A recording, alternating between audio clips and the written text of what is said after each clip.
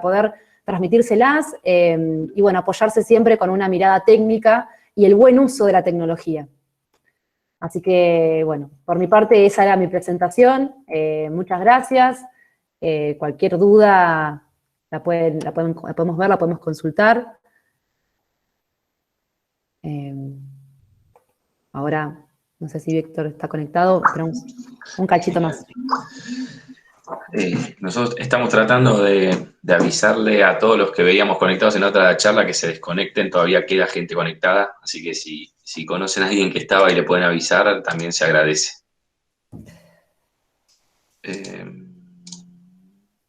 No sé si Víctor está, ahora lo buscamos. No, ahí me pidió el link completo. Ah, genial, ahora se suma y ya arrancamos la charla. Ya estoy. Estás ahí. Ahí está. Estoy adentro. Pude. Perdón, bueno, perfecto. te pedimos disculpas también a vos, Víctor. No hay problema. Esto suele pasar. Ya me ha pasado otras veces, no te hagas problema. Ahí. Los riesgos de la virtualidad.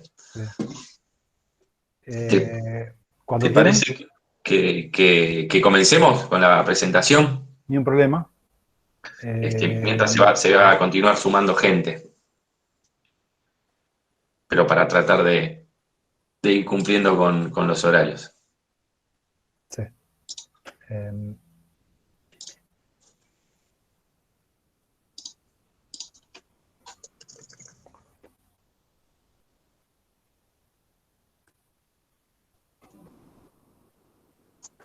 Tengo que compartir yo, ¿no? Sí. Sí, poné la flechita de presentar ahora toda la pantalla. Sí.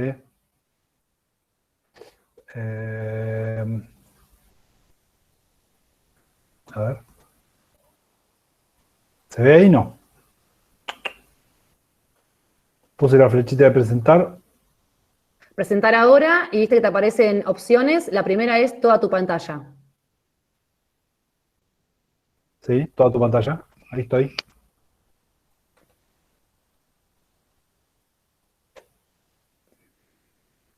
Perfecto, ahí se está presentando, Víctor. ¿Ahí se ve? Sí, perfecto. Si querés, disculpa, Víctor, abajo te aparece una barrita que podés presionar ahí donde dice ocultar y se sale eso, así no tapa nada. Ahí está. Perfecto. ¿Ahí Gracias. está? Sí, genial. Se ve Bueno, de 10. listo. Bueno, entonces vamos a arrancar.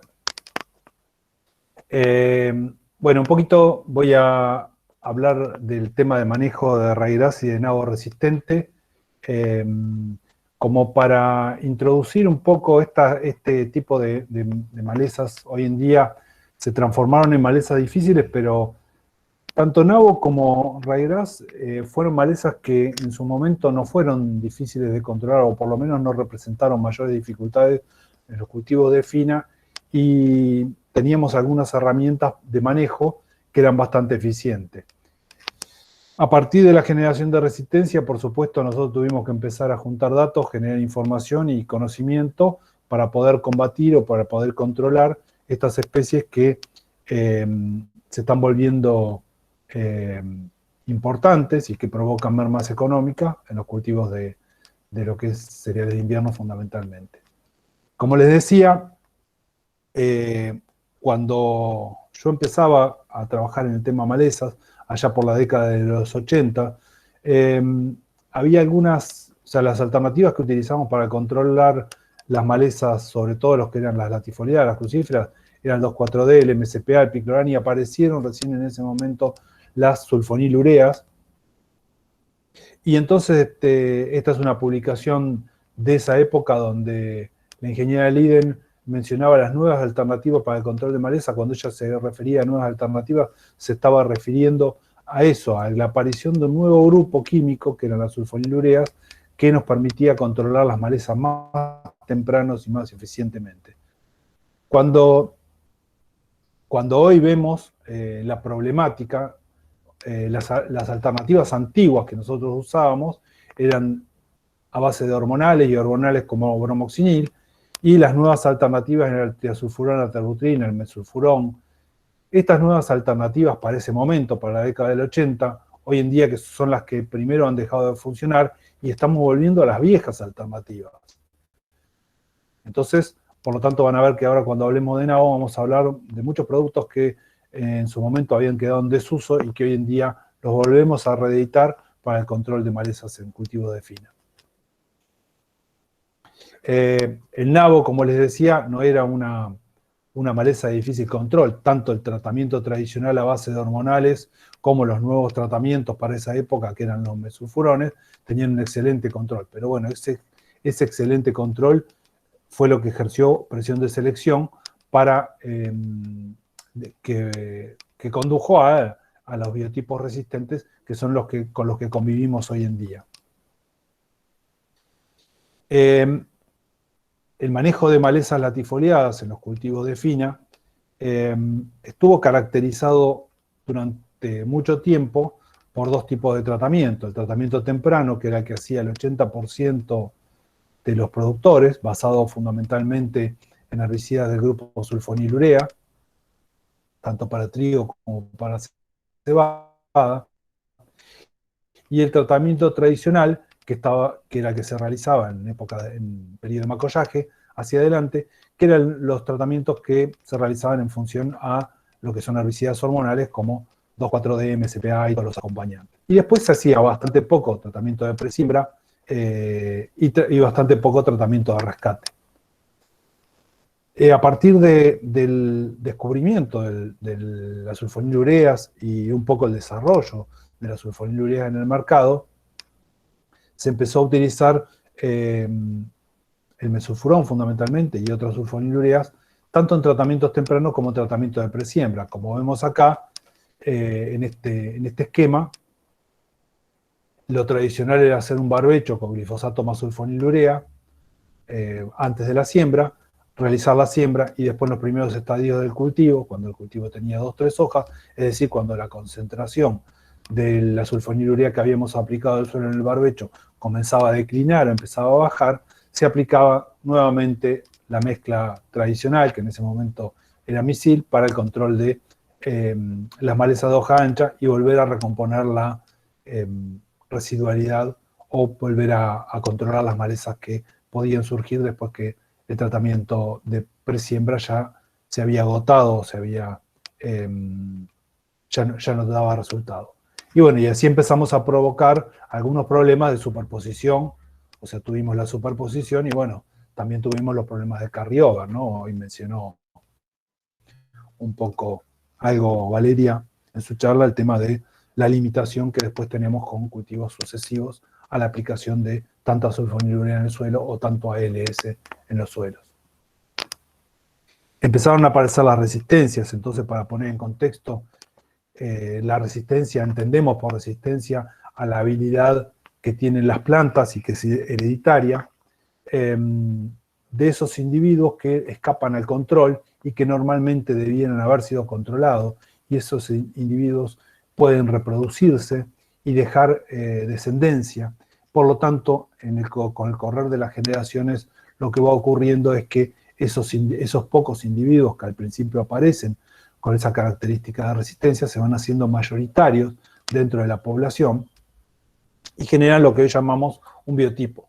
Es decir, dentro de la población, un grupo de plantas que tiene alguna característica diferencial respecto a la población original. Entonces esos biotipos se han transformado en resistentes. Hemos transformado, en definitiva, en resistentes esos biotipos. ¿A través de qué? A través de la presión de selección. La presión de selección es, por ejemplo, el uso reiterado de mismos mecanismos de acción. A través de ese uso reiterado de los mismos mecanismos de acción, lo que hicimos fue correr o ir modificando la curva de distribución normal de individuos dentro de una población. Si acá tenemos los individuos que son resistentes y acá tenemos los individuos que son susceptibles, los individuos que son resistentes dentro de una población son naturales, son normales, y generalmente están en el orden de la millonésima parte de esa población. Es decir, que un individuo en 1.000.000 o en 1.000.000.000 tiene caracteres de resistencia dentro de la población. En la medida que nosotros aplicamos una práctica repetidamente, sucesivamente, como lo que pasó con el glifosato, en muchos casos, de muchas malezas, como lo que pasó con el mesulfurón, o con la sulfonilurea en general, o con las ALS en forma más general, durante mucho tiempo. Lo que fuimos haciendo fue corriendo la distribución o la frecuencia de la aparición de ese gen, de ese carácter de resistencia dentro de la población, hasta que tenemos una población que mayormente tiene individuos que son resistentes o que tienen la característica no deseada de la resistencia a un determinado herbicida. Vamos a hablar de dos malezas, una de ellas es el ryegrass. El ryegrass anual es una maleza que hoy en día presenta resistencia a glifosato, o sea, a inhibidores de la enolpirubil chiquimatofosfato sintetasa, la EPCP, que presenta resistencia a inhibidores de la ACCasa, o sea, a los FOPs, los DIMs y los DEMs, y que presenta resistencia a inhibidores de la ALS. O sea, tiene resistencia múltiple. Hay biotipos, mejor dicho, con resistencia múltiple que abarcan más de uno de estos mecanismos de acción. O sea, EPCP-ACCasa o EPCP-ALS. Una de las primeras cosas que me interesa o que me gusta mostrar cuando hablamos de resistencia es hablar un poquito del tema de biología de la planta, ¿no? No para hacerlo muy largo, sino solamente para ver que las prácticas de manejo no tienen que estar basadas solamente en el manejo químico. Este es un patrón de resistencia que fue realizado por la gente de INTA Bordenave en su momento, un patrón de emergencia del Oleum que fue realizado por la gente de INTA Bordenave en su momento, y que cuando uno lo analiza un poquito, ellos fueron determinando semanalmente y mensualmente, por supuesto, las emergencias que se producían del Oleum multiflorum en la zona, en un récord de unos cuantos años. Si uno mira un poco esto, uno se da cuenta que cuando uno llega al mes de junio, por ejemplo, para el caso de Bordenave, el 72% de los nacimientos de las emergencias anuales del Oleum multiflorum ya se produjeron. Cuando llega julio el 78%, cuando llega agosto el 84%. O sea que nosotros con esto lo que podemos pensar es que una forma de encarar la problemática, por supuesto, si yo siembro un trigo de ciclo largo, que lo siembro entre abril o mayo, o en mayo, supongamos, ¿sí? Tengo todos estos picos de emergencia de ryegrass dentro del cultivo, mientras que cuando uno puede atrasando un poco la fecha de siembra, eligiendo cultivar de ciclos un poco más acotados, uno puede trabajar mejor durante los barbechos. Entonces, una estrategia desde el punto de vista técnico también es adecuar la fecha de siembra al manejo que yo voy a hacer de la maleza. Y eso es importante tenerlo en cuenta, por eso lo traigo a la charla, ¿no? Otra cosa que es importante tener en cuenta es las pérdidas que genera esa maleza dentro del cultivo. En el caso del Oleum multiflorum, es una maleza que es bastante competitiva.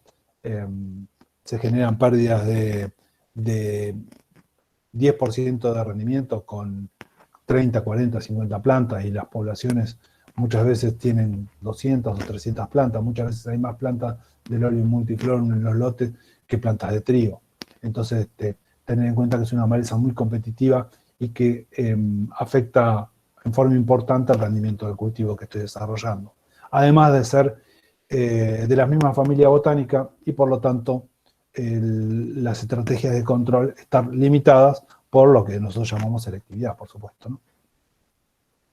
En ryegrass hay varios biotipos, ¿sí? Pero bueno, se caracterizaron algunos, biotipo 1 que tiene resistencia a glifosato, a pinoxadem o a ACCasa, mejor dicho, y a ALS, a la mezcla iodosulfurón-mesulfurón, un biotipo 2 con resistencia a EPCP, o sea, a glifosato, y a ALS, o sea, con doble mecanismo de resistencia, y un biotipo 3 con resistencia a EPCP más ACCasa.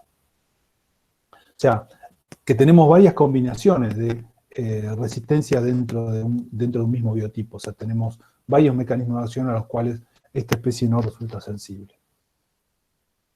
Esto es un ensayo que fue realizado en 2013 por uno de los primeros ensayos que hubo sobre raigras resistente por la gente de INTA Paraná, donde empezaba a mostrar o se empezaban a detectar o a reportar los casos o la distribución de los casos de resistencia a raigras anual, esto en la zona de Paraná, pero bueno, lo mismo pasa, fíjense acá, 4 litros de glifosato full, 8 litros, 16 litros, 32 litros, a pesar de 32 litros tenía rebrote, o sea, había rebrote de raigras.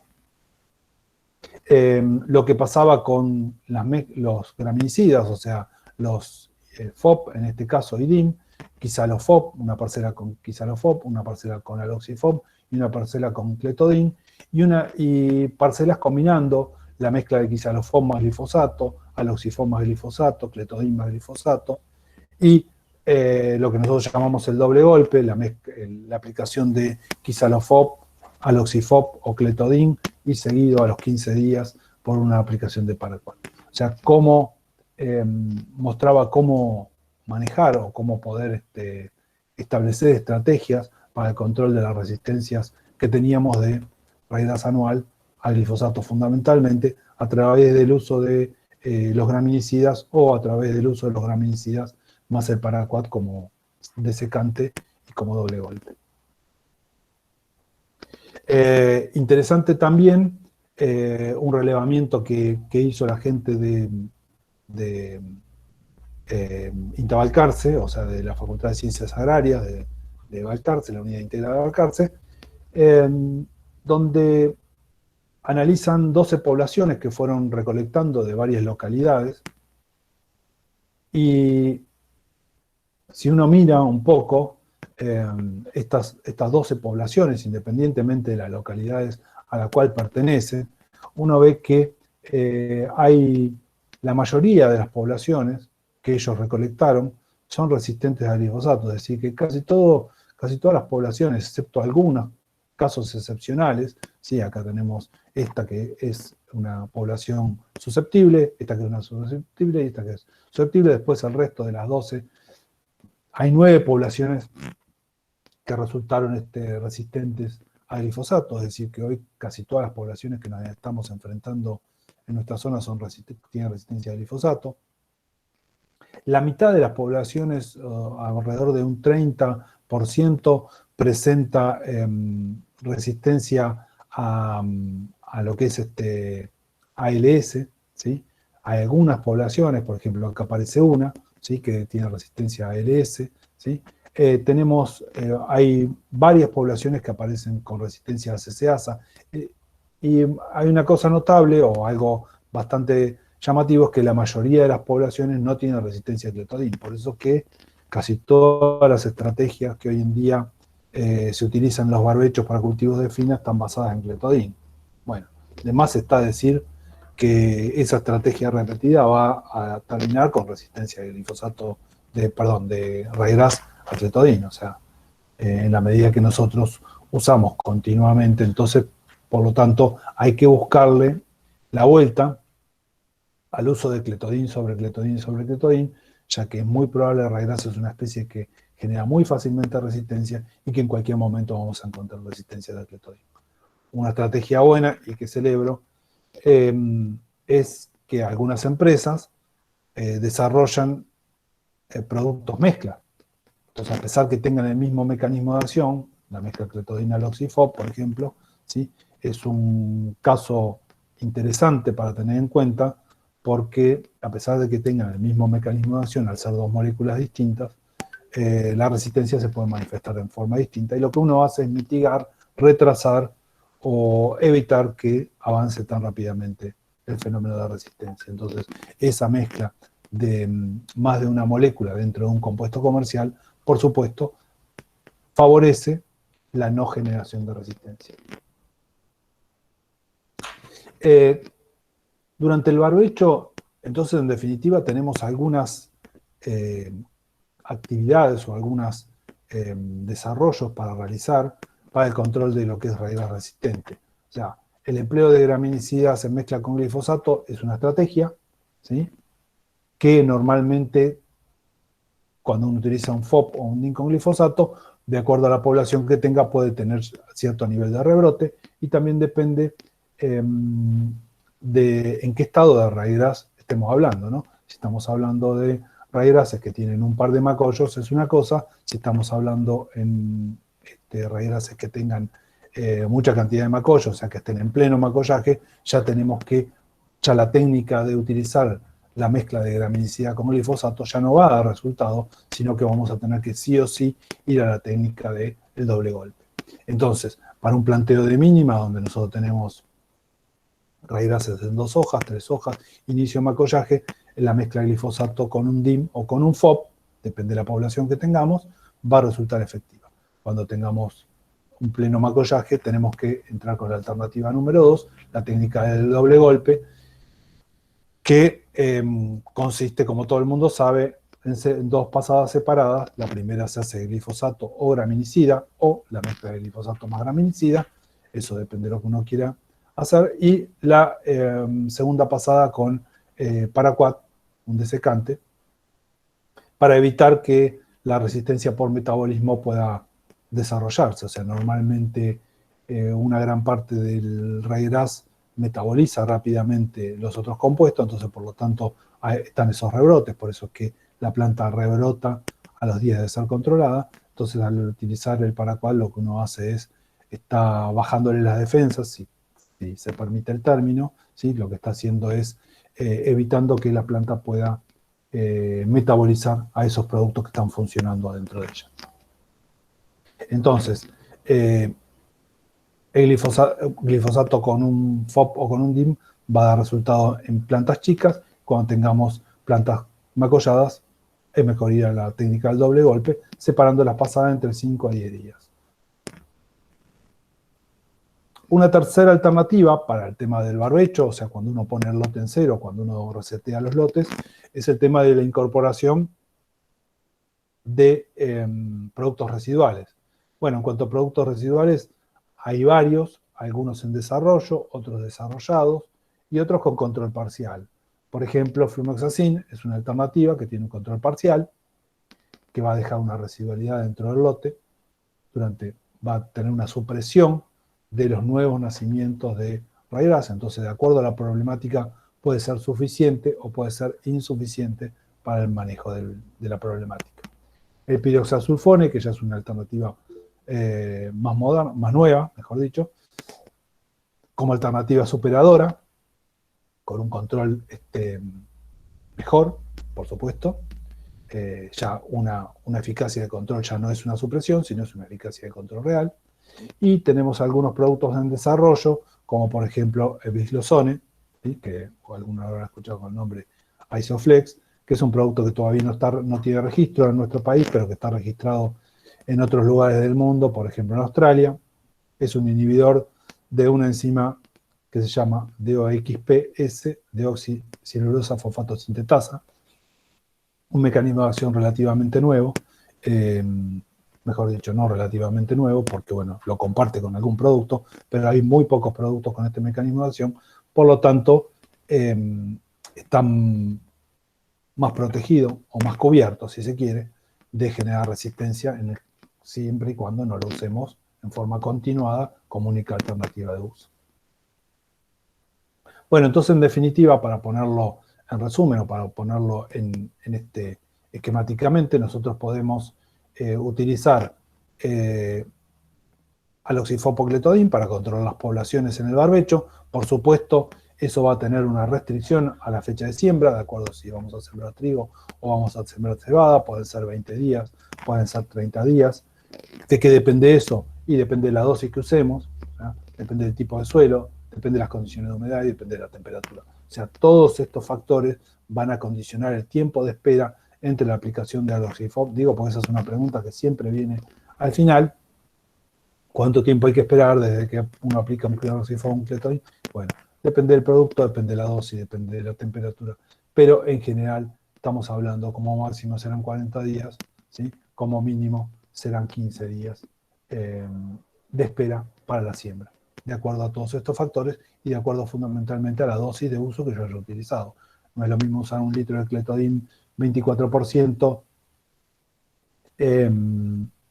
para el control de un raygrass que está muy macollado, ¿sí?, que los que usan 700 centímetros cúbicos. O sea, todos sabemos que la dosis es el principal factor que va a determinar esta residualidad o este tiempo de espera que me va a limitar la siembra del cultivo sobre ese lote donde está tratado. Bueno, la alternativa de dejar producto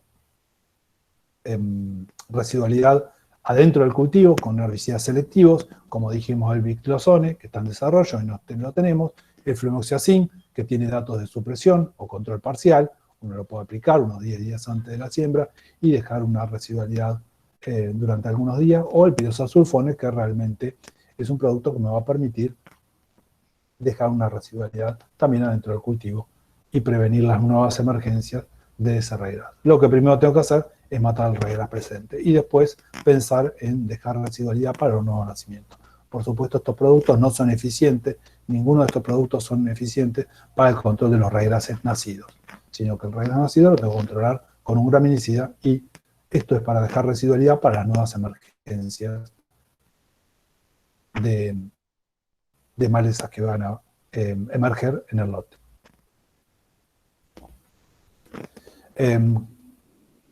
Como resumen, entonces, de este lado tenemos las alternativas de presiembra, los graminicidas cletodina loxifop, ¿sí?, el paraquat como quemador en el esquema de doble golpe, y los productos residuales, fluoxacin, piroxasulfone, hasta incluso se puede utilizar pendimetalin o en algunos casos hasta trifluoralina preemergente. Pero bueno, eso hay que tener cuidado cuando uno utiliza pendimetalin o utiliza trifluoralina preemergente, hay que tener mucho cuidado, hay que manejar muy bien el tema de la materia orgánica, el tema de la profundidad de siembra y el tema de las precipitaciones posteriores a la aplicación, porque estos productos no presentan selectividad, sino que la selectividad es una selectividad posicional y por lo tanto se corren riesgos de tener fitotoxicidad, aunque tiene registro, tanto la trifluoralina preemergente como el pendimetalin tendrían registro para el control del raygrass en un cultivo de trigo previo a la siembra. Y una vez que estamos adentro del cultivo, o sea, una vez que estamos en la posemergencia del cultivo, que es el cultivo nacido, bueno, ahí tenemos que ir sí o sí a los graminicidas posemergentes selectivos, ¿sí?, de los cuales hay varios, el ordinafop, el fenoxaprop, que está más definido para el control de avena negra, el diclofop, que hoy no está en el mercado, o sea, hoy no hay formulaciones en el mercado de diclofop, el pinoxaden, el piroxulan, la mezcla de iodosulfurón, mesosulfurón, y el flucarbazone, que también está más relacionado al control de avena fatua, aunque menciona las dos malezas.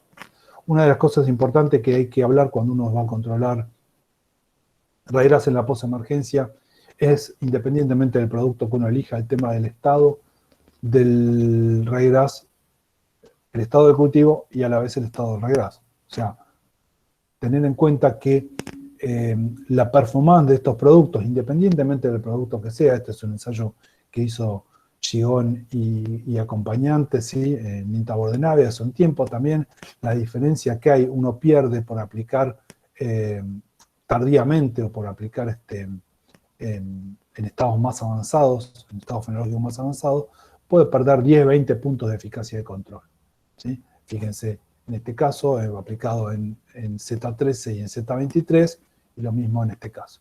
Y lo mismo digo para estos productos, aplicado en Z21 y en Z23. Fíjense que pasamos de un 90% de control a un 80%, de un 80% a un 70% y así sucesivamente. O sea, el momento es crítico, el momento de aplicación. O sea, el estado fenológico de la maleza es crítico para obtener eficacia de control altas. Bueno, estos son los productos y estos son los registros. O sea, no todos los productos tienen registro para todas las malezas ni para todos los cultivos. Entonces, cada cultivo nosotros sabemos que, como ahora estamos trabajando todos con el tema de la receta agronómica, el tema de la ley de agroquímicos y todo lo que todos sabemos que nos da un marco a nuestra profesión, tenemos que sí o sí respetar el tema de los registros. Entonces, observar los registros para cada cultivo y aplicar los productos que sean apropiados de acuerdo a los registros que están para los cuales están inscritos los productos en el SENASA, ¿no? Por supuesto, tener en cuenta eso. La otra problemática, rápidamente, dentro de lo que son las crucíferas, tenemos 3 o 4 crucíferas en realidad que presentan resistencia. Tenemos nabo, el navillo Hirfeldia, la mostacilla, el rapistrum y el nabón y el nabo, ¿no? Vamos a hablar básicamente nosotros del nabo, de Brassica rapa, porque es la que concentra los 3 mecanismos de acción. O sea, el nabo concentra la resistencia al glifosato, la resistencia a inhibidores de la ALS, es decir, a sulfonilureas, imidazolinonas, sulfonamidas, etcétera, etcétera, y a 2,4-D. O sea, tenemos poblaciones de nabo en la zona nuestra, por lo menos en todo lo que es centro y sudeste, tenemos poblaciones de nabo con las tres características de resistencia, o sea, resistencia múltiple a glifosato, ALS y 2,4-D. Esta la planta todo el mundo la conoce, siempre empezando hablando de biología. Nosotros hicimos un relevamiento el año pasado y este año lo volveremos a repetir. Estamos tratando de ver para la zona centro, para azul, básicamente, cómo son los picos de emergencia. Y bueno, básicamente nosotros tenemos un primer pico de emergencia, que es el más importante del año. Se produce entre marzo y mayo, junio, puede ser. Sí, es el primer pico de emergencia. Y después tenemos un segundo pico de emergencia que se produce en septiembre, octubre, noviembre. Pero la realidad es que vemos nacimiento de nabo durante todo el año, en mayor o menor porcentaje respecto de la cantidad de semillas que tengamos en el suelo. Vemos nacimiento durante todo el ciclo. O sea, todo el año tenemos nacimiento de nuevas plántulas de nabo en los lotes.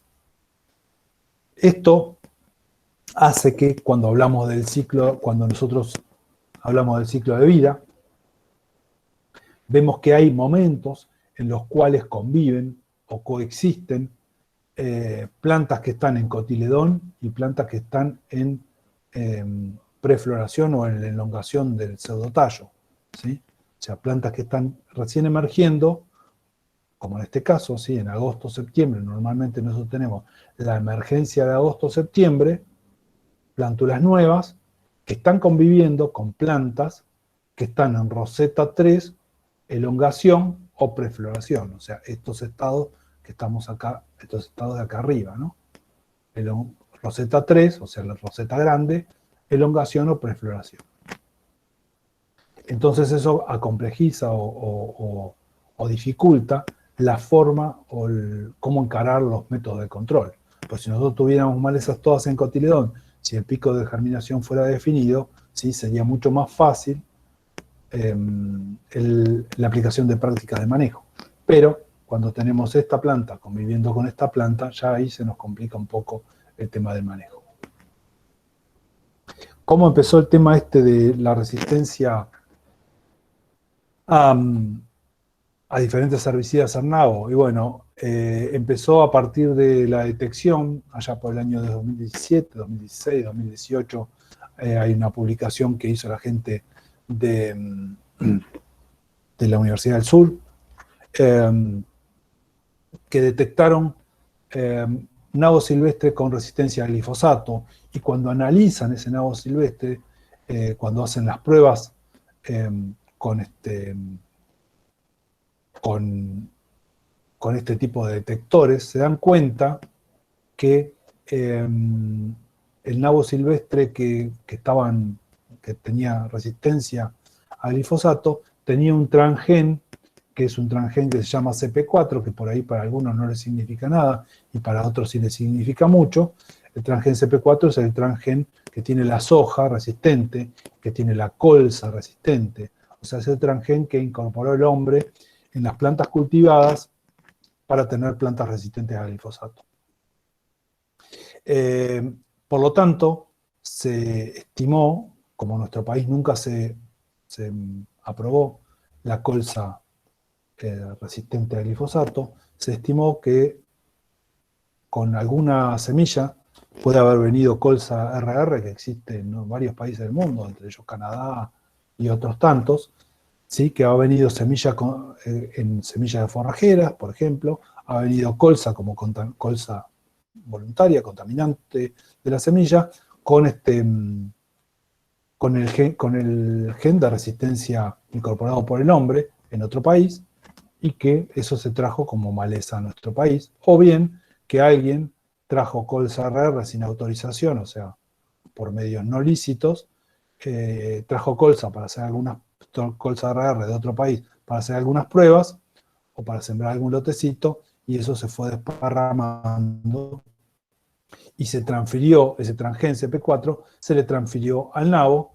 convirtiendo o transformando lo que hoy la mayoría o en la jerga dicen nabolsa, ¿sí? Que sería la combinación de la colza con el nabo, o sea, tiene caracteres de colza, caracteres de nabo, tiene transgen de resistencia a glifosato. Bueno, estos son ensayos de nosotros, en el cual se ve que la resistencia al glifosato con 8 veces la dosis normal que nosotros usamos, 1X, la 1X eran 2 litros de glifosato full, o sea que 8X son 16 litros de glifosato full. Las plantas de nabo que nosotros trabajamos florecen, incluso fructifican y dejan descendencia. Después siguió con la detección de la resistencia a sulfonilurea. Esta es la población susceptible, la que aparece acá abajo, y en esta raya punteada, y la que aparece acá es la población resistente, ¿sí? La resistencia a mesulfurón se estima que, bueno, fue una resistencia natural que se ha dado por el uso reiterado de sulfonilurea y de otros herbicidas ALS dentro de poblaciones biotipos sensibles, que eso lo que hizo fue una selección de las plantas que tenían ese carácter de resistencia. Bueno, estos son también ensayos nuestros. Acá ven 1X era 4 gramos de mesulfurón, 8 gramos de mesulfurón y 16 gramos de mesulfurón. Esta es la población resistente, con controles que no llegan al 30%, y las poblaciones susceptibles con controles del 80% hasta el 100%, por supuesto, cuando uso doble dosis o cuádruple dosis. Y por último, estos son los ensayos que hicimos nosotros con 2,4-D, que detectamos una población acá en partido azul, con resistencia a 2,4-D. Esta es la población susceptible, la que está punteada siempre, ¿sí? Que con 100 gramos de equivalente ácido 2,4-D tenemos una supervivencia prácticamente ínfima del 5% o 2% de las plantas, mientras que para buscar una supervivencia del 5% en la población resistente, que es la raya entera, tenemos que irnos a 3.200 gramos de equivalente ácido de 2,4-D para lograr esa misma supervivencia o esa misma mortandad, si uno lo quiere poner de otra manera. Es decir, una dosis completamente inadecuada o no recomendable de 2,4-D para poder lograr el control de la maleza. Estos son los ensayos, fíjense, esta es la población susceptible con 100 gramos, las macetas, estos son los ensayos de maceta, ¿no? Después están los ensayos de campo, pero con 100 gramos tenemos este control en la susceptible, y para encontrar una maceta parecida a esta dentro de la banda de arriba, que es la resistente, nos tenemos que ir por acá. Bueno, lo mismo pasa con MSPA, las poblaciones con la dosis normal de MSPA, la biomasa seca o la supervivencia es del 90%, con 2X es del 60-70%, y con 4 veces la dosis de MSPA es del 40%. Es decir, que tenemos una resistencia cruzada a varios hormonales, no solamente a 2,4-D. Y una cosa que nosotros destacamos es que hay una diferencia en cuanto a las formulaciones, lo que hablaba Valeria hoy a la mañana, hoy temprano, antes de la interrupción. Hay cosas que son notorias y en nabo se ven. Nosotros hicimos un ensayo en el cual probamos 2,4-D éster, 2,4-D ácido, que en ese caso usamos el de Aerolit, 2,4-D colina, 2,4-D sal, amina y MSPA, ¿sí? Probamos varias dosis, la dosis 1X, 300 gramos, la dosis 2X, 600 gramos, la dosis 4X, 1200 gramos, y la dosis 8X, 2400 gramos de equivalente ácido de cada uno de los productos. Y vemos que la dosis 1X, que son los 300 gramos, con lo que anteriormente controlábamos el nabo, en 2,4-D éster controlamos un 30% de la población, con la salamina controlamos un 20%, con el MCPA controlamos un 30%, con la sal colina controlamos el 70%, con el de Dalery controlamos un poco más del 70%. ¿Sí? Cuando uno duplica la dosis, cuando uno pone 600 gramos de equivalente ácido, ¿sí? Fíjense la respuesta que hay en la formulación, una formulación premium, una formulación distinta, una formulación que tiene el activo más disponible, las micelas mejor conformadas, etcétera, etcétera. Logramos una eficacia de control mucho más alta, logramos controles casi cercanos al 100%, ¿sí? Por lo tanto, siempre recomendamos nosotros cuando uno tiene poblaciones de nabo resistente, en las mezclas de glifosato más 2,4-D, usar el 2,4-D que da la mejor performance de control. O sea, tratar de usar el producto que nos ofrece la mejor eficacia de control posible.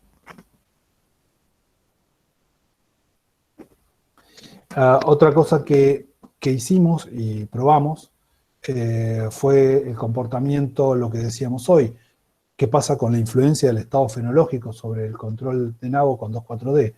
Nosotros aplicamos una sola dosis, en este caso de 300 gramos de equivalente ácido, de una salamina, porque era con lo que era la base de los ensayos, ¿sí? Entonces, en el biotipo susceptible, los 300 gramos de equivalente ácido en cotiledón controló el 100%, en estado de Rosetta 1 controló el 100%, en estado de Rosetta 2 controló el 95-98%, en estado de Rosetta 3, el biotipo susceptible ya tenemos un control del 90%. Cuando está en elongación, el biotipo susceptible se controla al 70%, con esa dosis de 300 y de la salamina.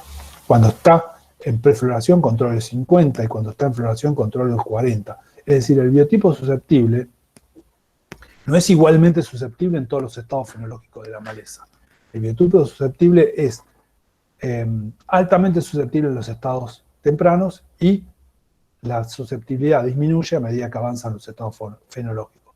Esto es el biotipo susceptible. Y el biotipo resistente, por supuesto, es un desastre.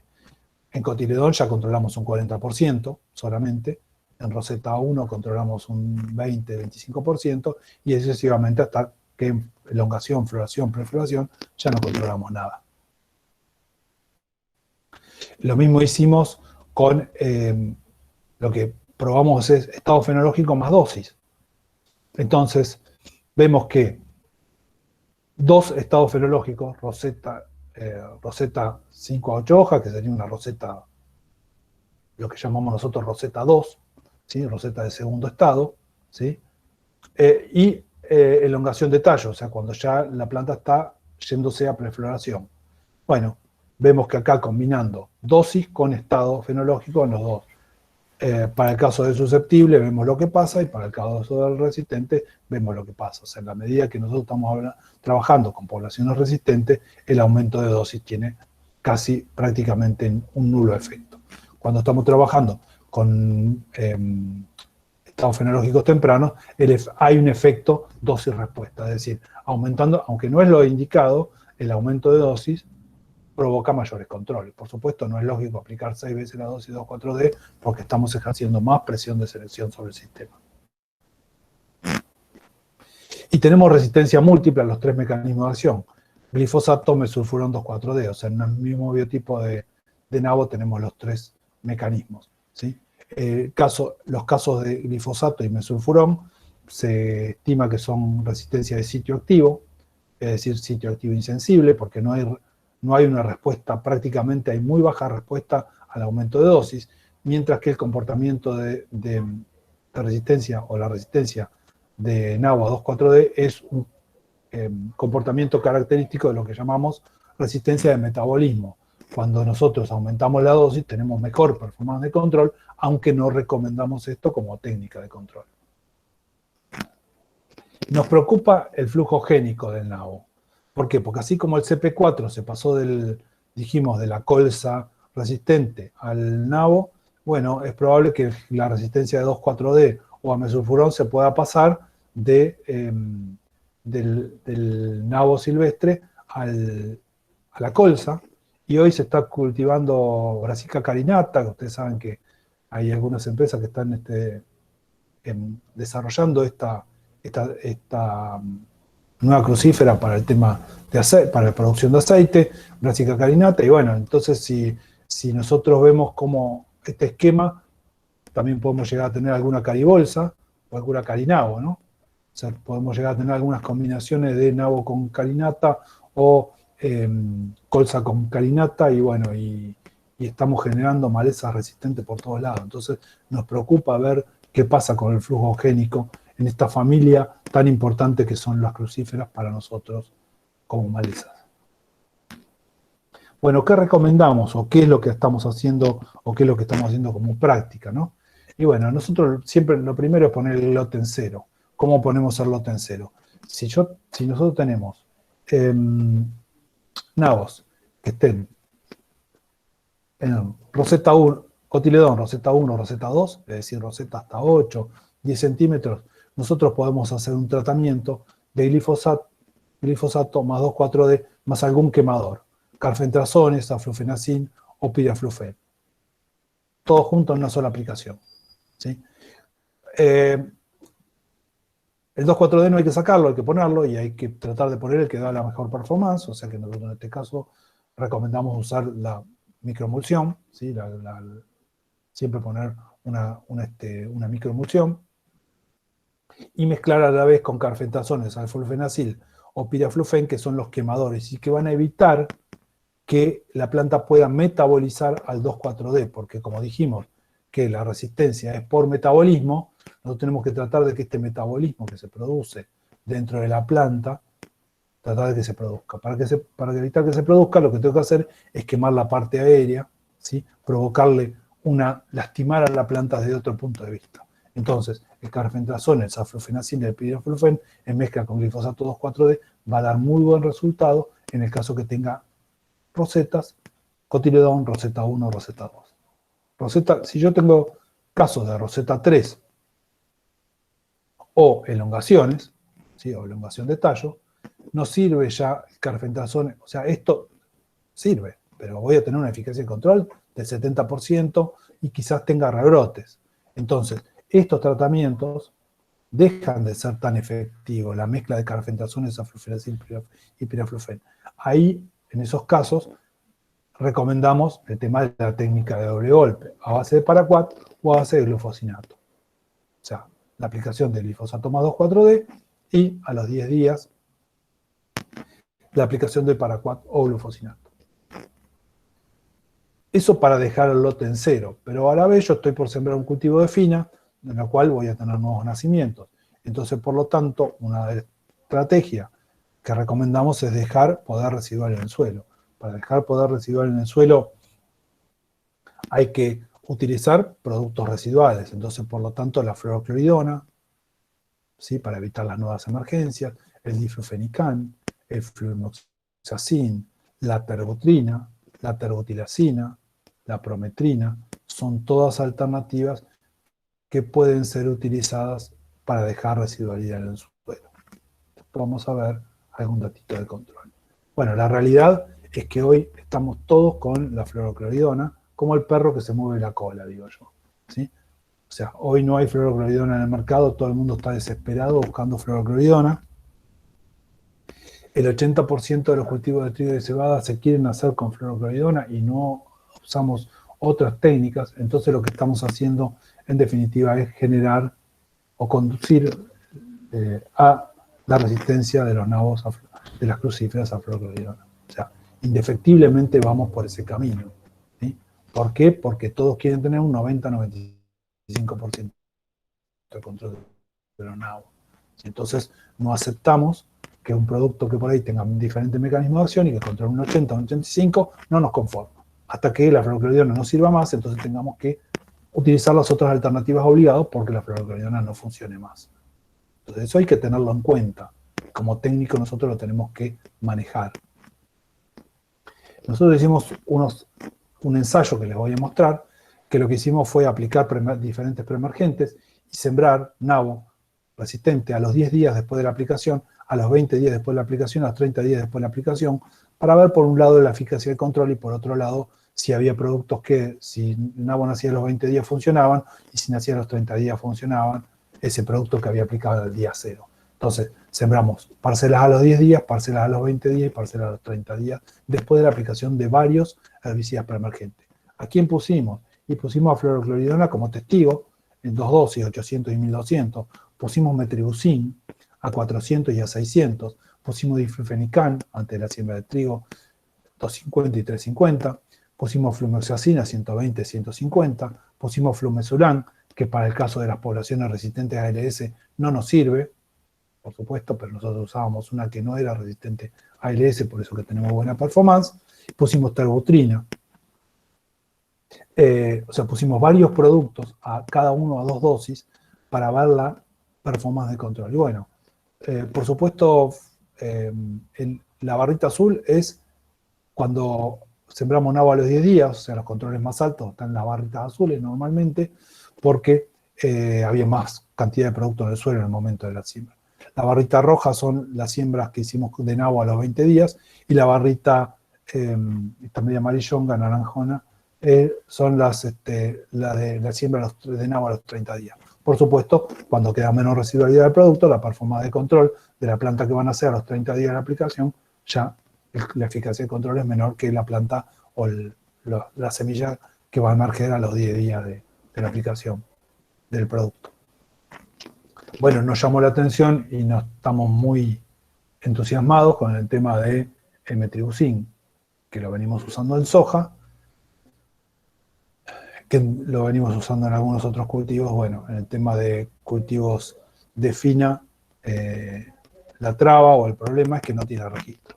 Metribuzin no tiene registro como herbicida presiembra de cultivos de cebada y de trigo, por lo tanto, esto no lo podemos usar o no lo podemos recomendar, ¿sí? A pesar que nosotros estamos viendo buena performance de control con un mecanismo de acción distinto a la fluorocloridona. O sea que sería bueno que alguna empresa que tenga ganas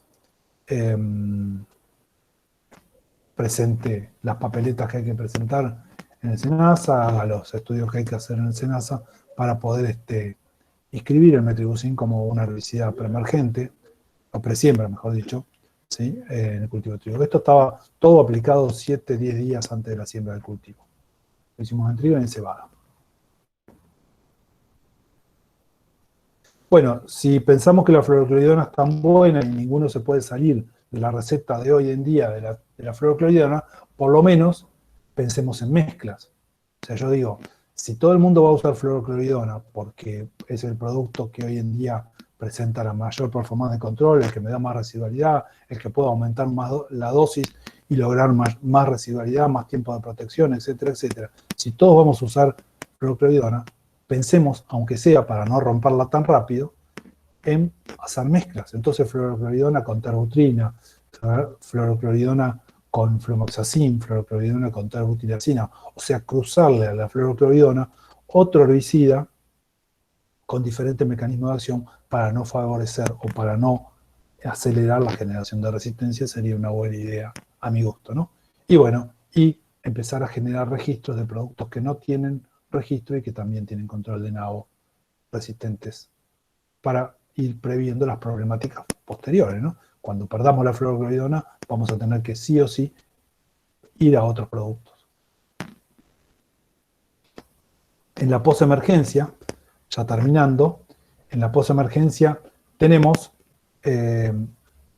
las mezclas, o sea, lo que utilizamos para el control de las poblaciones resistentes, el bromoxinil, ¿sí? En mezcla con hormonales, MSPA 2,4-D, el bromoxinil en mezcla con fluorocloridona, el bromoxinil con diflufenican, el diflufenican más el 2,4-D, o diflufenican más metribuzin, o metribuzin más MSPA. O sea, el metribuzin sí tiene registro como posemergente en cultivos de trigo y de cebada. O sea que el metribuzin en posemergencia se puede usar, en presiembra no se podría usar. O sea, lo podemos recomendar, digo, el metribuzin. Ventazón más MSPA 2,4-D, carfentrazone, metribuzin con 2,4-D, como dije, piraflufen más mesulfurón, terbutrina más MSPA. O sea, tenemos en posemergencia, tenemos que tratar de poner un hormonal. Cuando ponemos un hormonal, poner un quemador o un producto que tenga otro mecanismo de acción para evitar que la planta metabolice el hormonal, como sabemos que es resistente a 2,4-D o a MSPA.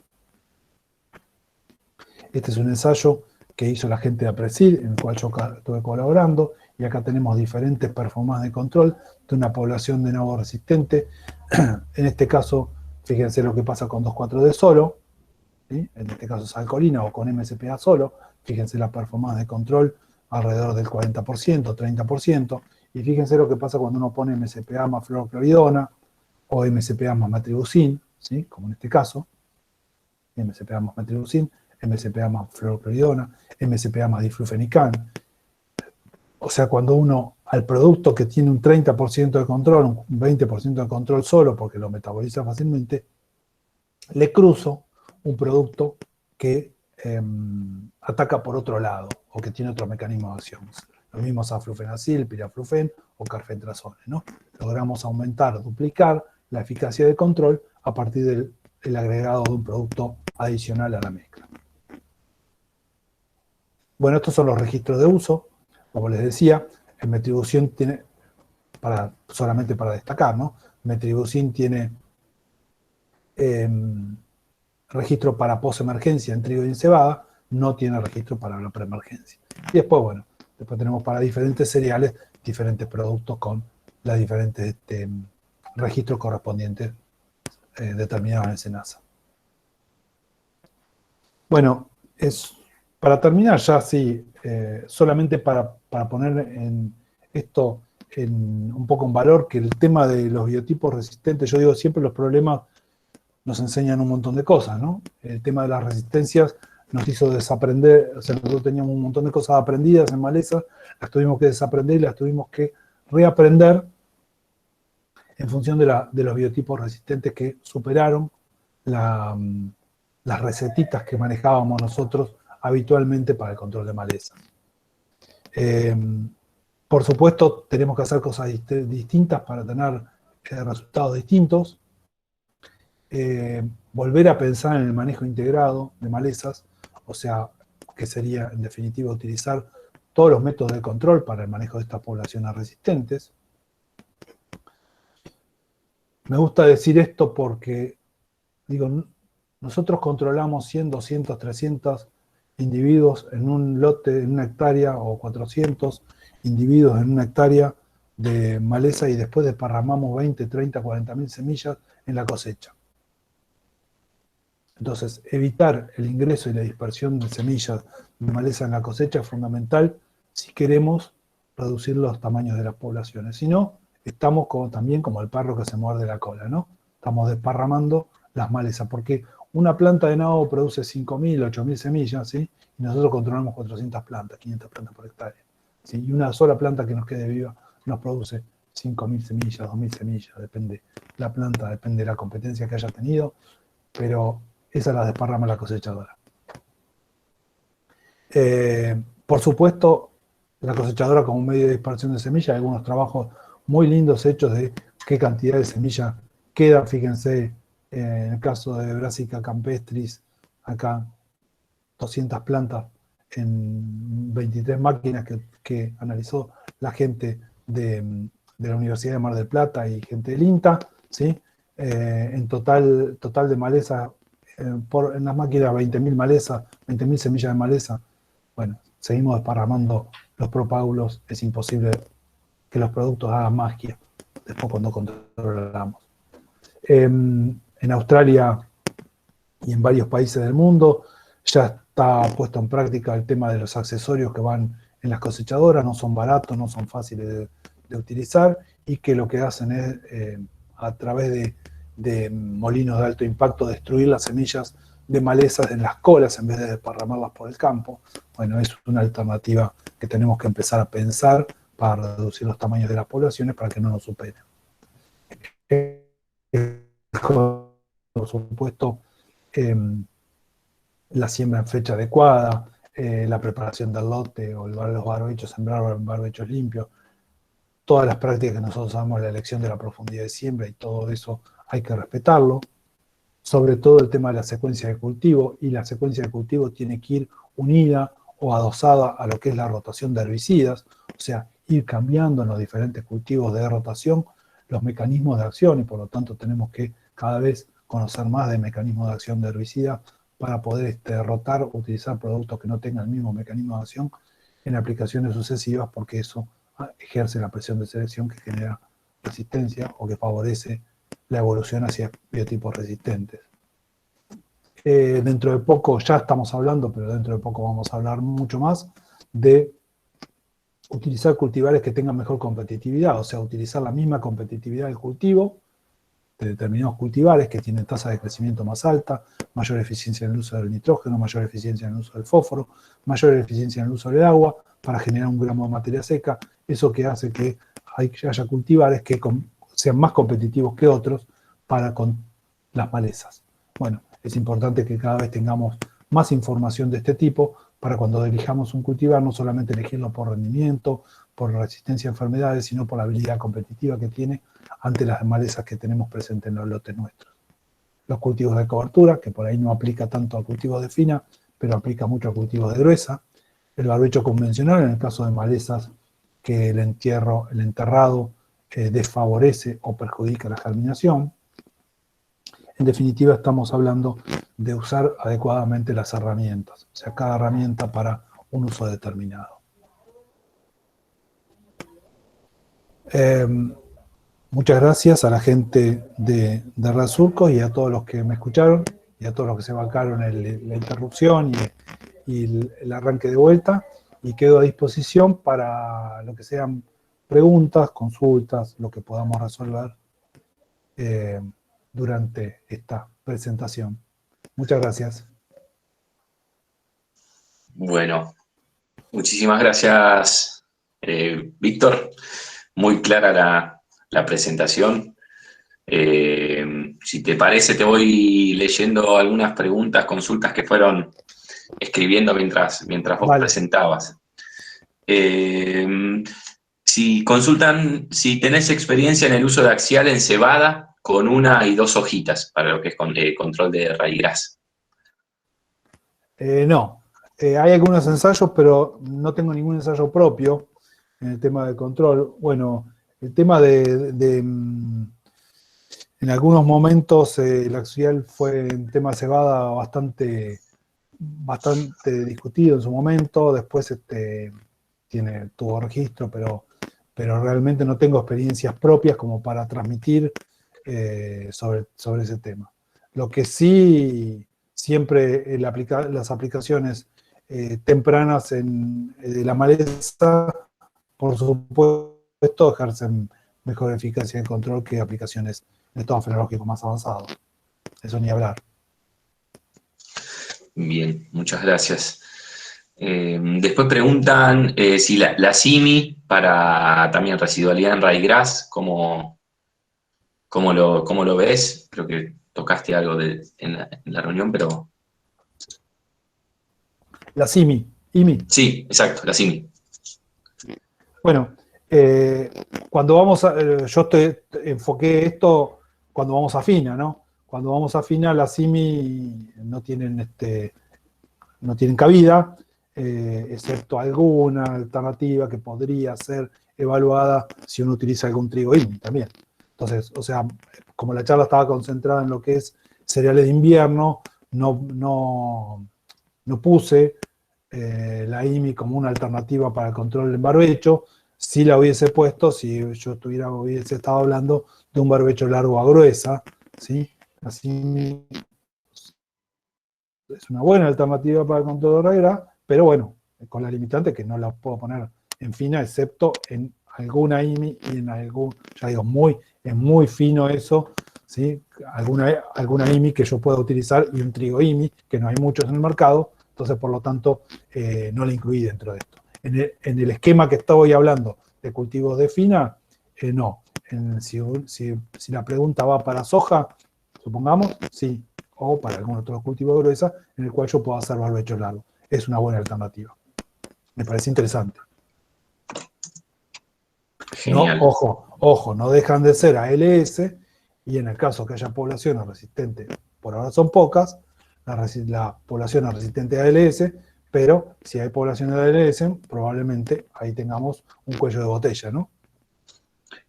Claro, sería como complemento con algún otro activo. con algún otro activo, exactamente. Perfecto. Bárbaro, gracias. Después consultan también por el mesotrione en presiembra para trigo, si se puede utilizar para el control de raíz grasa. No tengo experiencia, no está, creo que no tiene registro, y si no tiene registro, yo diría que hasta que no se le saca el registro y veamos datos, no tenemos posibilidad de uso, por lo menos si la empresa que lo formula y que lo fabrica, que lo importa, saca registro, lo podemos recomendar. Si no, yo en eso soy muy cauteloso, ¿no? Si no hay registro, por más que tenga un buen control, lo que quiero que se entienda es que el registro de un producto, a ver si puedo contextualizarlo así, el registro de un producto implica mucho más que el control y la selectividad para el cultivo. El registro de un producto implica conocer el tiempo de carencia, o sea, la cantidad de tiempo que tiene que transcurrir entre la aplicación de un producto y que ese cultivo pueda estar destinado a consumo, ¿sí? El registro de un producto conlleva razones toxicológicas, o sea, por más que controle y por más que sea selectivo a determinadas dosis o esperando determinados tiempos, no deberíamos usar productos que no tengan registro porque hay toda una parte que no la tenemos cubierta. Y cada vez creo que tenemos que preocuparnos más por esto, mejor dicho, porque es parte de nuestro futuro como profesionales. Nuestra profesión, para los que son técnicos, está muy vapuleada porque se han hecho muchas cosas mal también, ¿no? Entonces tenemos que empezar a pensar en hacer las cosas como corresponden para poder posicionar la profesión desde otro punto de vista, ¿no? Entonces, utilizar solamente las herramientas que tengan registro en los determinados cultivos. Como yo dije, el Metribuzin nosotros sabemos que funciona, sabemos que lo podemos usar. No lo recomendamos.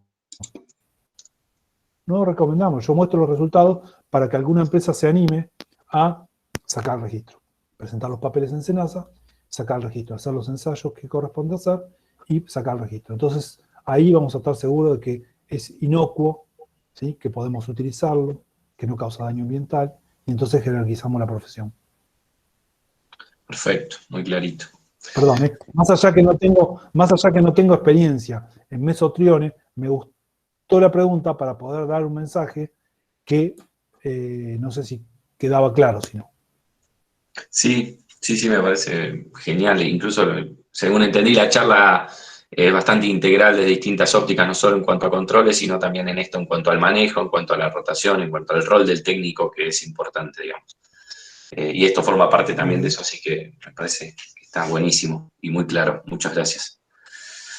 Después pregunta, bueno, Daniel es de Santa Clara de Zaguier, de Santa Fe, y bueno, está en una zona donde dice que está prohibido el uso de 2,4-D en cualquiera de sus formulaciones, y consultaba por alguna otra alternativa como para reemplazar, digamos, el uso del 2,4-D. Si está prohibido el uso de 2,4-D y no está prohibido el de MSPA, una alternativa es el uso de MSPA. ¿Sí? Que tiene más o menos la misma performance de control que tiene el 2,4-D. Que nosotros utilizamos mucho, así como Red Surco desarrolló o fue pionero en el desarrollo de microemulsión, ¿sí? Hoy hay un MSPA, que es el MSPA éster, ¿sí? Que no sé si está permitido en la zona donde dicen. Me llama la atención que estén prohibidos todos los 2,4-D. Por lo menos, si es así, la verdad que yo no sabía que había un lugar donde estaban prohibidos todos los 2,4-D. O sea, yo tenía entendido que los ésteres, las formulaciones volátiles, tenían restricciones o prohibiciones, pero no sabía que todos los 2,4-D, o sea, me parece raro o llamativo, pero bueno, puede ser algo local, ¿sí? Que haya prohibición de todos los 2,4-D. Pero bueno, en el caso de que esté prohibido el 2,4-D, las alternativas de utilizar MSPA, si es que está permitido, porque no lo sé, es una alternativa válida. Bien, desconozco, quizás puede ser por una cuestión de banda también, por por la banda amarilla, digamos, ¿no? Quizás en alguna zona periurbana o alguna zona... Bueno, puede ser. En ese caso, bueno, quizás el MSPA o algún otro... Sí, el MSPA también es banda amarilla, o sea que tampoco... Claro, exacto. Si es por banda, no le estoy solucionando el problema. Claro, exacto. Hay algún otro hormonal, digamos, un dicamba o... Que pueda tener. Sí, pero lo que pasa es que el dicamba, nosotros hicimos algunos ensayos con dicamba, y a 4 veces la dosis tenemos la eficacia de control que tenemos a 1 vez la dosis de 2,4-D. Claro. Que baja ya para la población resistente. Uh-huh. Entonces, no es una alternativa válida. Creo que de los otros hormonales, sacando 2,4-D MSPA, el que mejor performance nos ha dado, no buena, ojo, tómenlo esto, es el Floxipir, ¿sí? Pero no es buena la performance, o sea, no, sigue no siendo buena. Claro, y no es banda amarilla también, perdón. ¿Cómo? ¿No es banda amarilla también? También es banda amarilla, sí, creo que sí. Claro. Bien, perfecto. Genial. Bueno, y después preguntan si podrías mencionar las dosis de los productos, sobre todo los que mostraste en lo que es control post-emergencia de NAO. Bueno.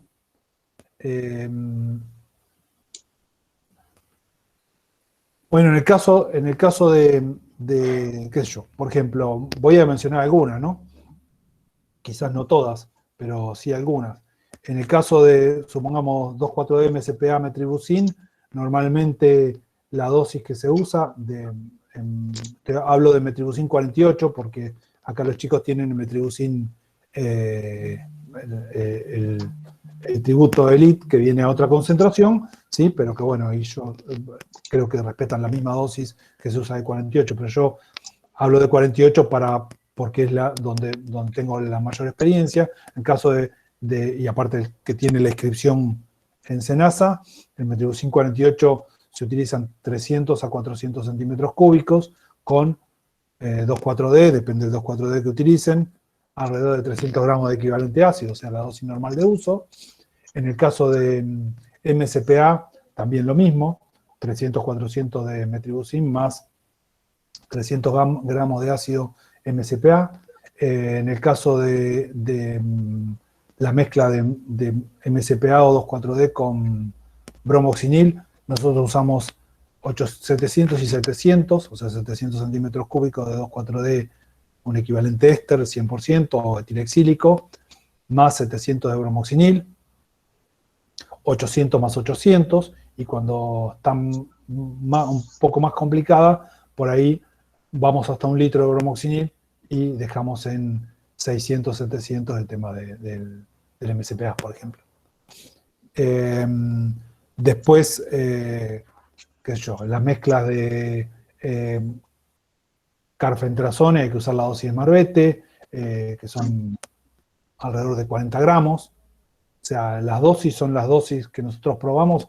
En general es la dosis. En el caso de fluorocloridona, que no lo mencioné, ahora lo voy a decir, fluorocloridona normalmente usamos 400 más 400 de 2,4-D, al 100 o el equivalente de éster etilexílico, o 800 de MSPA más 400 de fluorocloridona, ¿sí? Pero bueno, hay datos en fluorocloridona hasta 600 y 800 centímetros cúbicos en post-emergencia. Depende del tamaño de la maleza, depende el momento de aplicación, o sea, tenemos ahí un montón de variables, ¿no? Es difícil, por eso yo no pongo dosis, porque las dosis son Marbete. Claro, exacto, es importante eso también, lo de respetar las dosis de Marbete aprobadas por SENASA, digamos, ¿no? Sí, señor, hay que respetar las dosis para Marbete. Perfecto. Bueno, esa fue la última consulta.